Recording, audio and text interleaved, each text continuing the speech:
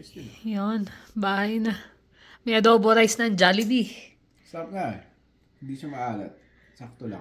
Tapos, itong... Bago yan eh, di ba? Tapos may chicken. Nag-order din siya ng chicken noodle soup. Chicken noodle soup. Ayan. Tumawag ka sila kanina yan, Roba. Sakto malamig. Hindi sila nag-lunch kasi. Diretso na. Sabi ko bibili yung pagkain hanggang kahaponan na. Ayan. Jollibee. Sarap. Sarap. Yung kanin. Nice. Nga yan eh. Mukha nga eh. Pagbukas ko pa lang ng takip, dininit ko kasi. Bango na eh. Kaya pala yung dalawa, hindi na nakataste na na kumain. Kasi hindi sila kumain. Umalis sila tanghalian eh. Hindi naman nag-lunch. Diyan, may nanantay kami. Naiinis na eh. Sabi ko, ba't di ka kumain? Anong oras na? Tumawag sa'yo? Hindi. Dumating kami. So, para ako kasi hindi kumain. Hindi mo naman nila yung kaldero. Sabi ko, kumain ka na. Yeah, okay. Antayan sila eh. Kaya yung mga gutom. Siya fasting. Ngayon lang kumain. Nag-almusal kami kanina. Anong oras na? 8:30. Saan? Okay lang. Kape lang at saka ano. Kain tayo guys. Jollibee. Sariling atin. Jollibee. Matikman ng adobo rice. Nata pa kasi Raymond Bilon.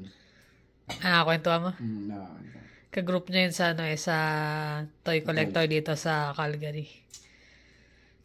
Ay muna kami. Ayun na, nakabili na ng shoes. Si Carla. Napakalaki eh.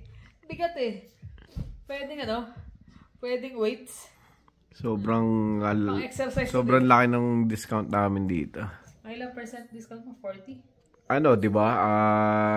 Ano pangalan? More or less. Mga 30 siguro na. Tingnan natin sa resibo mamaya. Saglit. Bigat talaga eh. Kala mo ka nag-ano eh. Exercise yung pinti mo talaga dito eh. Dati siyang 269. Discounted na siya. Naging 161 plus tax 170. Yeah. Malaking bagay yan. Salamat sa aking katrabaho.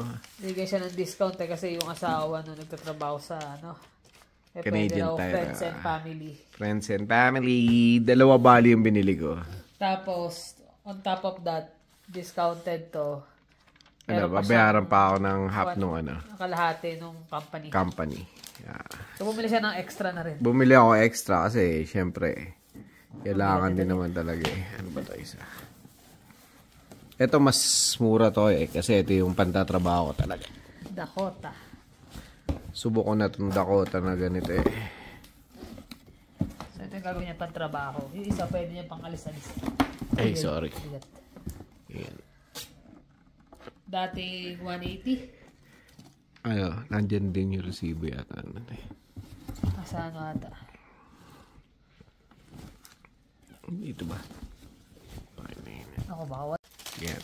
Dating ano? Dating 189. Oo, Naging 120 na after tax.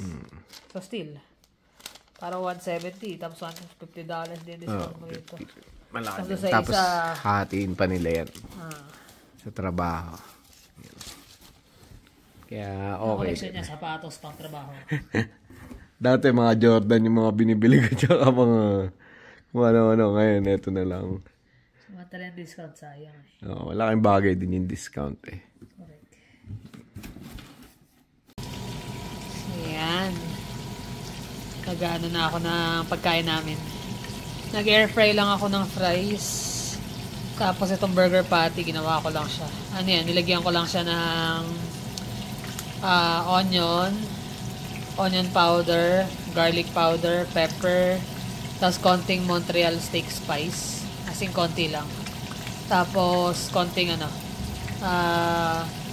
beef base na powder. So, yan. Pwede naman pwede nyo man lagyan ng salt, pepper lang. Kung gusto nyo medyo plain lang ang lasa. Tapos, lagyan nyo lang yung onion powder sa garlic powder. Tapos, nagisa na rin ako ng mushroom at saka onion.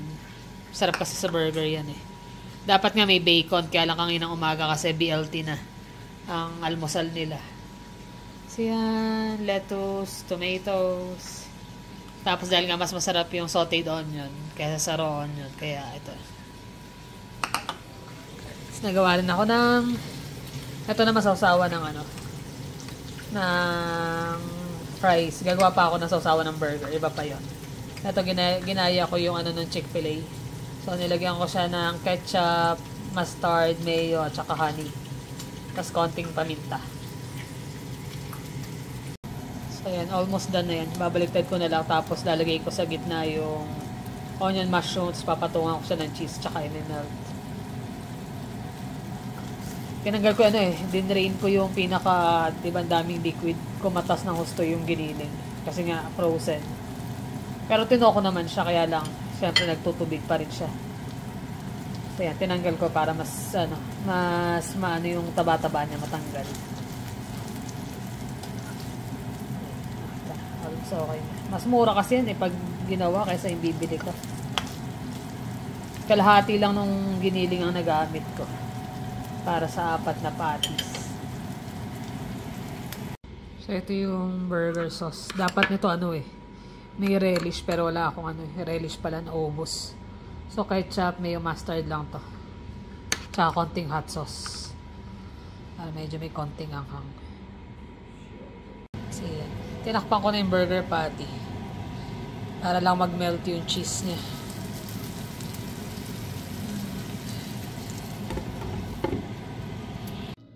So, yan. Yan ang aming hapunan today. Melted na yung cheese. Tapos yung fries namin, kasi yung tira last time yan. Kalahati curly fries, kalahati regular fries.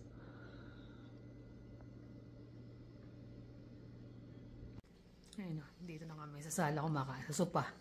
I mean, yan lang ang kainan namin Nanonood kami. Ano ba kumakain? Kamusta yung burger mo? Sarap.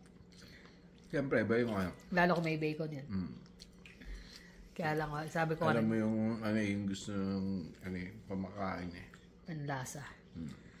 Kung may bacon yan, mas masarap.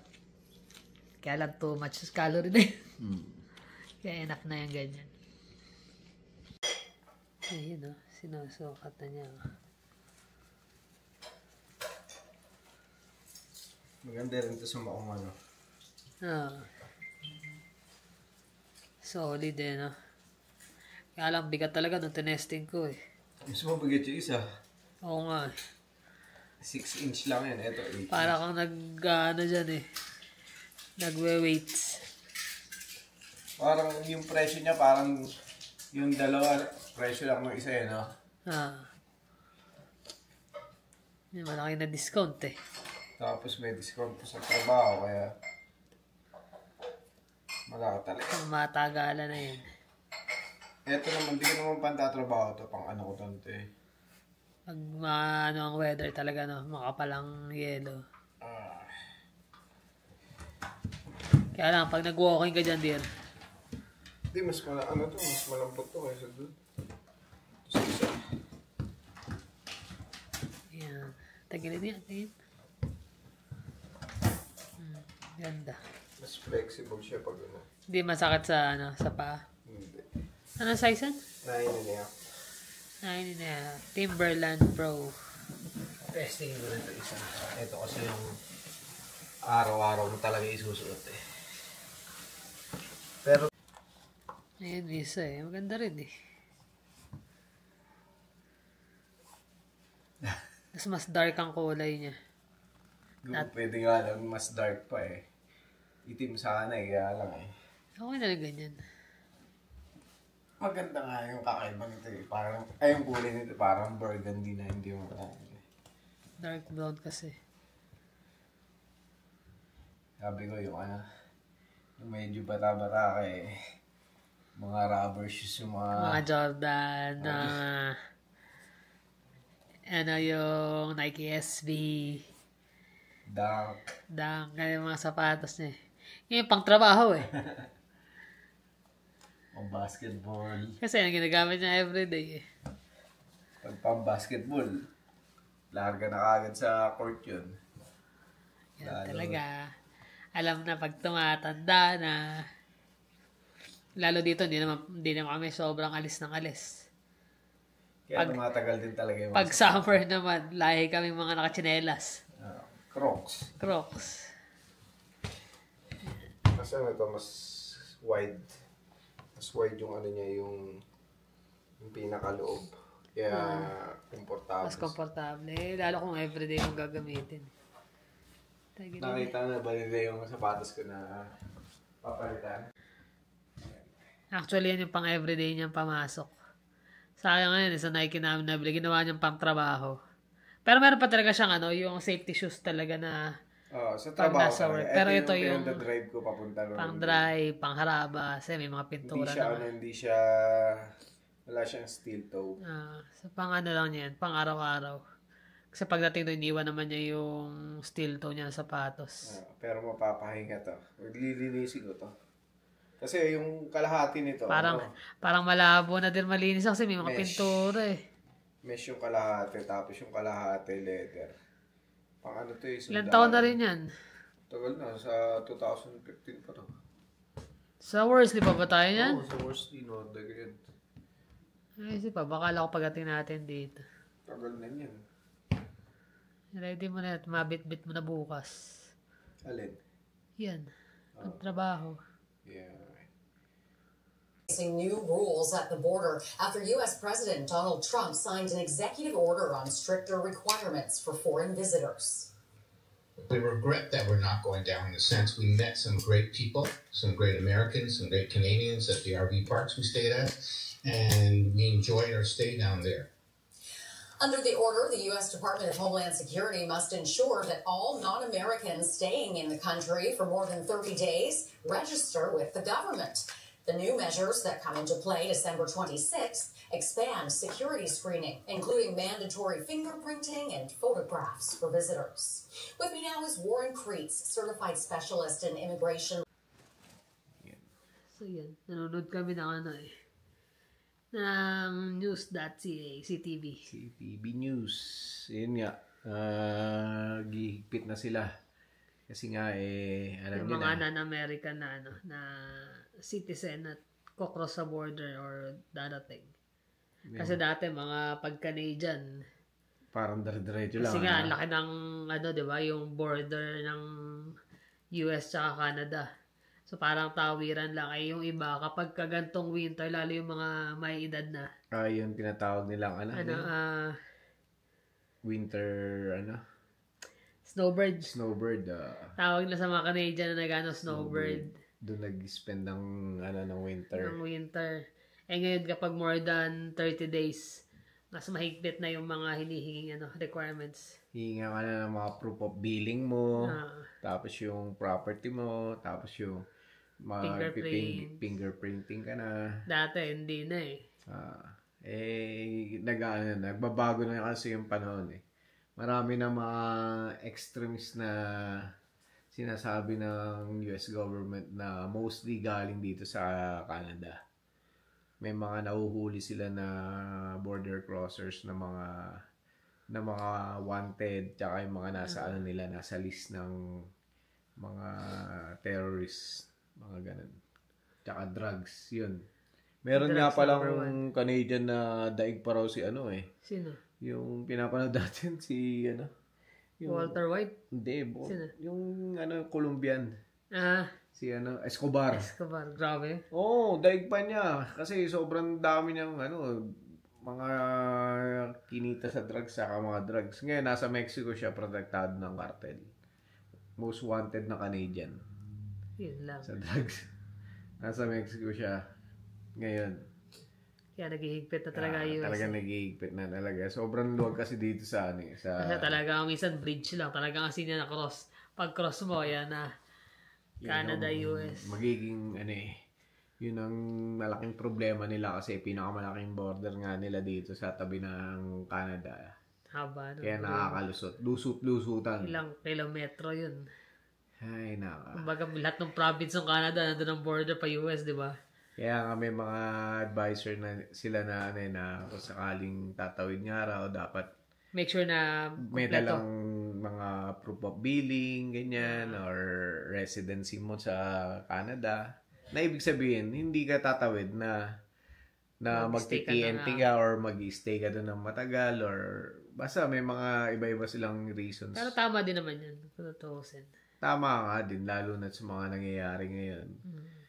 nagiging lapse na, kagaya dito yung mga napakadami ng nagtatalo-talo na sila sa Senate dito na ginigisa nila yung Minister of Immigration, yung babae, kasi nga may mga instances, hindi lang isa, dalawa, marami, na kagaya nung nangyari sa Edmonton, tsaka dito yata sa Calgary, yung nahuli nila yung na gumagawa ng bagay na explicit na yung isa raw nasa CR yata, ginaganon yung phone para makita yung babae na umiihi or kung anong ginagawa. Parang dinedate niya yung minor. Dinedate yung minor nung isa. Yung coach yata yun. Ang masama nun, wala pang papel yung mga gumawa nun. Pala sila, parang temporary pa lang, di ba? Temporary pa lang, nag-a-apply sila ng papel. Kalabas-labas, inanuhan sila ng imbis na hatulan na, okay, kasuhan niya tapos i-deport. Hindi Ang nangyari nung nilitis pa, yung judge pa mismo ang nagano na... Kasi nga may advice yung immigration na huwag patawan ng mabigat dahil nga... I-lessen daw kasi para sa application. Para sa application. So, meron silang plano na patagalin or ibigyan ng papel talaga yung tao na yun or... Ang pangit naman kasi 'di ba, imbis na meron kang baga litisin mo ng husto. Sabi nga dati raw kapag nag-apply ka ng visa or anything dito. Lahat check after biometrics, background check, sisendan ka ng mga questionnaire. Pero nangyayari hindi pa nasasagot yung questionnaire, ina-approve na nila, nakapasok na. So by the time na malaman nila, too late na. Nakapasok na yung nag-apply. Masyadong maluwag. Kita mo nga sa US ever since hindi sila ganun kaluwag pero nakapapasok pa rin sila, 'di ba? Napapasok. Yung pa kayang kagaya ng Canada na sobrang luwag. Pero nung bagong dating kami rito, ang daming mga question pa, 'di ba? Hindi, mahirap nun. Nag-apply ako ng maraming PR mga question, mga ganyan or talagang married, ganyan. Ang higpit nila. Alam mo yung date. Alam mo yung date. Kakaba-kaba nga siya nung nag-ano kasi makakalimutin ako Kasi pagdating sa dates talaga, hindi niya maalala yan. Sabi ko, make sure mo kabisado mo kasi possible kang tawagan. Talagang kabado siya kasi tinanong talaga siya Tinanong talaga first wife mo ba siya, second wife, or may baka pa bang anak, may mga ganun. Marami. Pero ngayon daw, wala na mga ganun-ganun na background check na. Dali na. Pati yung kung meron kang pondo talaga, sine-check nila dati yun. Pag dinalaw yung pamilya mo rito, kaya mo bang masustentuhan hanggat wala pang trabaho o ganun. Hindi, ngayon, wala kayong pera. Sige, bibigyan kayo ng gobyerno. Pasok kayo, wala na. Sobrang dali.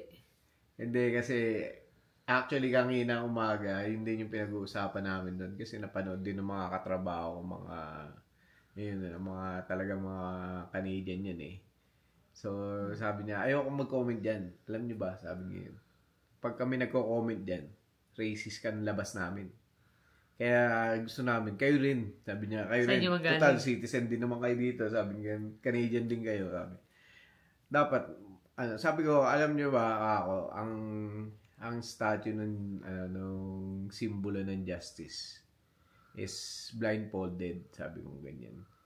Tapos may dala siyang weighing scale. It doesn't matter kung anong kulay mo, kung anong lahi ka, kung ano ka. Ang justice is justice ka.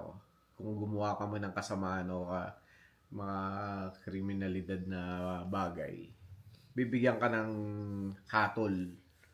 Kaya nga may dala siyang timbangan. Tinitimbang nila kung ano yung pag-judge sa'yo. Tsaka nakapiring yung di ba?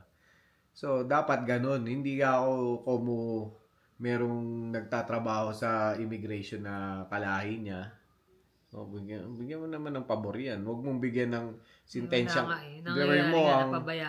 Ang sentence niya, kine-question siya nung sa conservative na babae.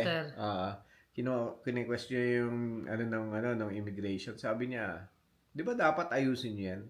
Kasi ang sentensya niya is 3 months to 1 year.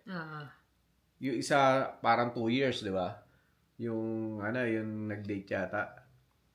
So, dapat, sabi niya ganyan, bakit kailangan yung pababayin? Kasi nga, dapat, mababa yung sentensya para makapag-apply pa siya ng papers niya. Oo. Which is Na mali. hindi maka-apekto doon sa application niya. Dapat yun, pag ganun, kahit anong lahi ka, kahit anong citizenship mo, or kahit anong race ka, pag gumawa ka ng mali talaga. Oo, patas. Uwi kung uwi. Kung ano yung hatol mo doon sa mga citizen dito or sa mga temporary or kung ano man, dapat patas. Hindi yung... Kaya nako-question nila, bakit nga, ang ano mo nga is yung safety ng mga citizen. Oo. Pero kung hahayaan mo yung mga gano'n na gagaangan mo yung sentensya para lang makapag-apply ng papel, mali yun. Gugustuhin mo ba manatili sa bansa mo yung isang ganong klaseng tao? Sabi ko nga in-explain ko nga doon sa mga kasama ko puti, natatawa nga siya. Sabi ko sa Pilipinas, sabi ko ganyan. Corrupt yung gobyerno namin. May mga opisyal na mga nagko-corrupt. Alam niyo naman ako nababalita rin sa mga news. Ako na mga milyon-milyon. Halos bilyon pa nga nawawala. Pero ako, ang taong bayan doon, once nang rape ka or nang snatch ka at nahuli ka nila, sabi ko gano'n, on the spot, pwede ka nila mapatay sa bugbog. Sabi niya, gusto ko dito ganun din. Sabi ng mga kasama ko ka talaga. Sabi nila, gusto ko ganun din dito. Hindi, yan nangyayari. Mga kriminal dito, pinapayagan nilang gawin yung yung gusto nilang gawin Nabibigyan pa ng bail. Kagaya na lang. Nabibigyan pa ng pabor. Kagaya na lang yung kilo-kilo na nahuli sa yung Edmonton, sunod ng Edmonton. White Horse ba? White Horse ba yung na yun? Yung crossing na yun, parang ganun. Nagko-cross yung Edmonton tapos doon sila. Nahuli isang truck na nadaanan natin, nalimutan pa. So, nahulihan siya kilo-kilo na fentanyl. Wala, nakapag-bail pa. Samantalang yung inaano nga ng mga conservative, once na nahulihan ka ng ilang grams, hindi ka na makakalaya kasi ang daming pinapatay ng overdose Broken nga ang system. Yun ngayon sana nga may isaayos kasi sumobra naman luwag. Kaya nangyayari, bumabagsak na yun ng Canada talaga Kaya nga totoo maganda nga sa US kasi talagang sila talagang pinapakita nila yung force ng law na ma-enforce nila. Pero syempre hindi namin masabi kasi wala na kami sa US. So hindi namin talaga alam kung anong sitwasyon doon. Dami na yung mga hinuhuli ng mga ICE, yung mga Somalians na nag-fraud ng pera, billion din. So, pinapadala nila sa Somalia. Kaya kahit sa NATO talaga, yun ang problema Nagkaroon ng mga lapses nung panahon ng COVID Panahon ng COVID daw yun Pandemic talaga lahat nag-start Kung tutusin, after nun. Nagkaroon sila ng mga butas na pwede nilang Kung tutusin, wala na yung ng pandemic pero nararamdaman mo pa rin yung mga yung epekto ng pandemic. Ay, naka. Ganun talaga. Wish na lang namin masaayos lahat yan. Di man totally, pero sana unti-unti magkaroon ng pagbabago. Sa amin kasi tuwing umaga yan, nagkakape-kape pa yung mga... Once na nakakanood ka talaga ng mga balita, minsan kahit ayaw mo mag-comment, mapapakomento ka Siyempre, iba-iba yung paniniwala ng tao. Sa amin lang naman namin yun, pananaw lang namin. Kahit nga yung may mga napapanood nga akong vlog dyan, mga Indiano rin sila na dito na naglaki yan. Tapos yung mga mayayaman sa India na nag-migrate dito na magkaroon daw ng magandang... Kasi nga maganda ang Canada. So, sabi nila, parang yung parang refuge nila. Kaya sila lumipat dito. Biglang dumagsa yung mga Indiano. Sabi nila yung mga low class nga raw na citizen nila doon na magugulo, yung mga hindi sumusunod sa batas. Napunta raw dito. Kaya lang, syempre. Ang masama nadadamay din sila. Kahit sabihin mo wala naman silang kinalaman. Kahit na wala silang doon. Kahit na sumusunod sila sa batas. Nakakaawa rin iba ron Kasi minsan na talagang Yung pag nakasalubong sa kalsada, inaano talaga sila. Which is, hindi naman lahat kasi. Hindi lahat. Kaya nakakaawa din, lalo yung mga datihan na dito. Na dito na naglakihan, dito na bumuo ng pamilya. Yung iba kasi pag nakarating dito, parang freedom. Kung tutusin, pag nakakapanood ako ng mga videos sa India, pag pinaparusahan sila ng mga pulis dun, hindi lang basta huliin ka, paupasasa ka, hahatawin ka talaga ng mga pamalo nilang Yantok, pa parang yantok. nga eh. Tapos kung kutusan mong hampasin, gano'n na lang. Oo, talagang walang police brutality ron. Binibira talaga nila. Sabi ko nga, dapat doon pa lang, natuto ka na sumunod sa batas. Pagdating mo rito, i-apply mo yung mga, kumbaga, nadala ka na doon, di ba? Hindi, dito, inaano nila. Ginagawa pa rin nila yung iba eh. Ay, nako. Kaya yung mga nagbabalak na pumunta ng US, medyo mag-prepare kayo ng mga dokumento na mga ganun kasi. Document kasi. If ever na questioning kayo or ma-random kayo na ganun, di syempre, may ready kayo. Proof of billing, mga ganun. Hirap naman yung nakaplano na yung bakasyon tapos bigla kayong Tsaka yung latest na proof of billing kasi nga eh. Kaya so, usually mga, sabagay, print mo na lang. Usually may iba naman, mga online naman na iba. Online eh. So at least may pakita ka. Mainam na yung sigurado. Ay, nako. Yun lang naman. I-share lang naman namin sa inyo mga kaganapan dito. Kasi nga, nagbabalak-balak din na makapasyal sa US eh, di ba? Next year sana. Pero, ewan, kung matutuloy. Tingnan natin ang ating kumarit kumpare. Pwedeng magbago, pwedeng... Kasi hindi naman din enough yung time. Dahil kakabakasyon lang namin. Kasi nga papasyal yung papasyal yung kaibigan namin from Vancouver. Kumarit ko pare yun eh. Kasi nga eh. Ninang ni Jonas eh. Tsaka friend ko na yun since high school kami. First year high school. Maliit ka pa lang nun ano. Laki ni Milit eh. Maliit pa naman ako ganyan. Pag magkasama kami, ganon. Kasi ako to, siya. 5'9" kasi ang height nun. Tangkad yun. Kaya ako 5 lang. Hindi isipin siya gano'n. Ayan ako. So, nagpaplano na tumawid. But we'll see kung ano mangyayari. Kasi, saglit na araw lang naman yun. Baka naman di ganun karami yung hihingin. Pero mainam na rin yung updated. So, ilan naman guys. Maraming salamat sa inyong panonood. Ingat kayo lagi. See you on the next vlog. Bye.